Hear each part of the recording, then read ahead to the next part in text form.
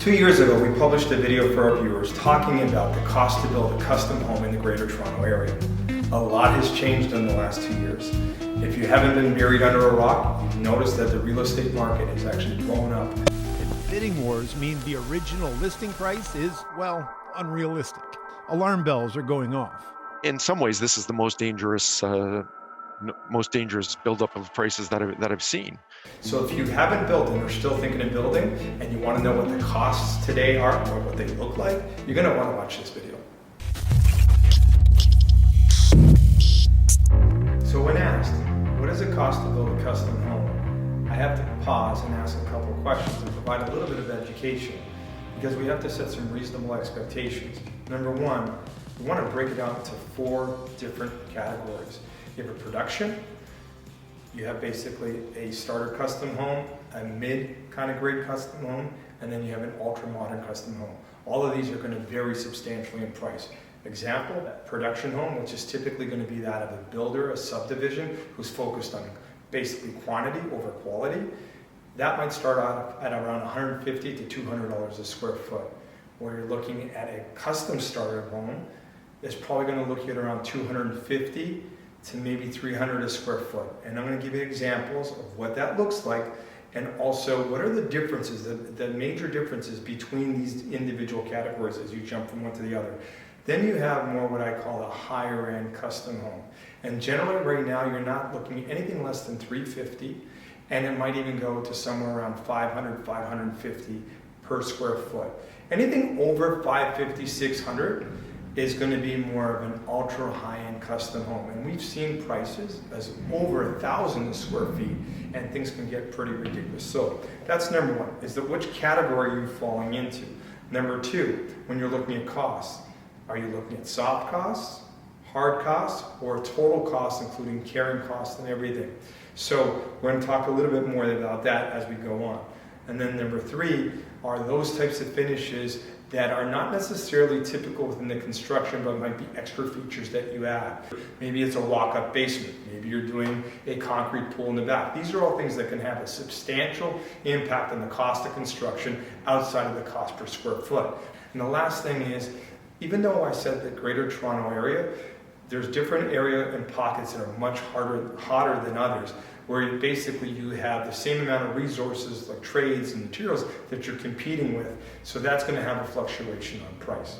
So let's now get into each one of these areas and break it down and give you something more visual so that you can actually have something tangible that you can sink your teeth into.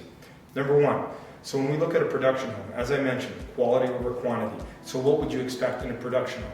Number one, look at a bedroom. Upstairs bedrooms are typically carpet, a single light fixture, there's no crown molding, sometimes you don't even have smooth ceilings, might be 8 or 10 feet, door is a hollow door. If I just look at the light, just the light in a builder like production home is typically a light fixture no more than $15. When you get into a starter custom home, you're pretty much looking at somewhere in the neighborhood, a couple pot lights, an upgraded light fixture. So at a bare minimum, it's about $500. So let's move on. So when you look into now a starter custom home, let's look at the exterior. The exterior on a starter custom home, to keep the cost down, typically they use a lot of stucco, maybe 80 to 90% of the house. Sometimes I've even seen 100% of the house all done in stucco. Well, the cost of stucco is around $8 to $11 a square foot. In a more mid-level custom home, you're going to see things like basically a man-made stone, maybe some board and batten. So that material typically is going to cost closer somewhere in the neighborhood around $20, $25 a square foot. When you start going ultra modern, now you're looking at things like limestone. Maybe if it's modern, you're going to have things like custom aluminum ACM panels. That stuff is anywhere from $35 to $60 a square foot and up. So you could see how the prices change, starting at $8 for stucco and going all the way over $60 for some of the other materials. That's why there's such a range. So I'll give you another example, because this is what I think really important, if anything you take away, is let's look at things like the appliance package. On a starter custom home, you're probably looking at an appliance package starting maybe with something like a KitchenAid or maybe even a Gen Air. So your appliance package might cost you $15,000 to $20,000. As you go to more to a higher end, you're now looking at melee, a lot more appliances. You're probably looking at maybe 55,000, so more than double. And then when you go into ultra high, you're talking about premium appliances like Gaggenau, and then they're going to be more integrated, maybe even like no hardware on it. But either way, now you're talking maybe $70,000, $80,000 in appliances. So you can see how this jumps dramatically. The last point I'll make on this as well is millwork. Millwork is a big deal. When you're starting in a custom home, typically their millwork is going to include your kitchen and some of your vanities. When you start getting higher in custom homes, you'll see millwork throughout.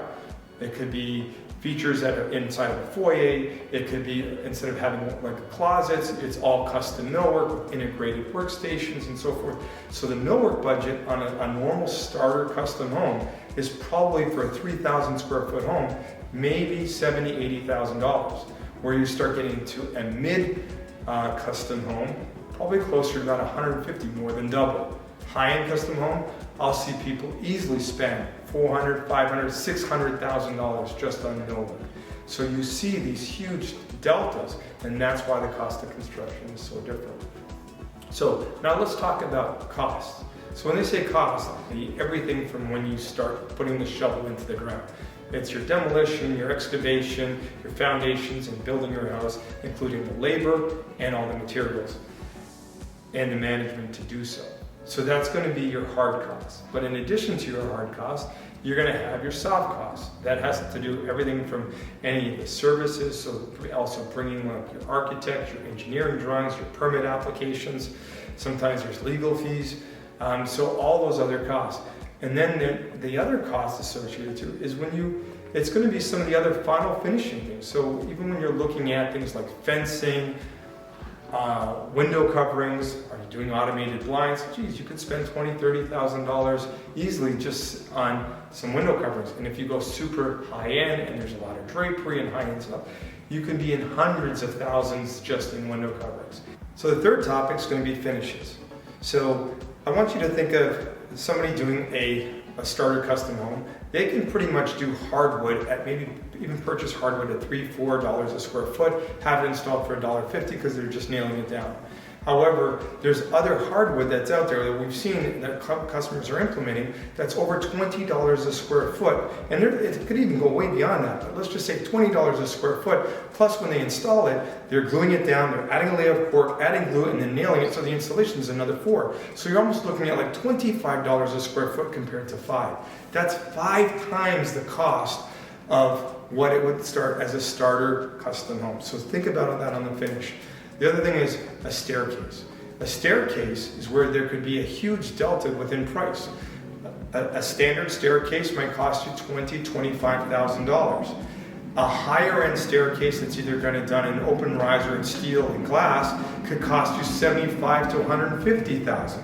So those types of finishes will have a huge impact on price. The other thing is windows, the brand that you go with and the type of material that you go with. I'll give you an example. 3,000 square foot home, it's realistic that you would have a budget of $20,000, $25,000 for windows.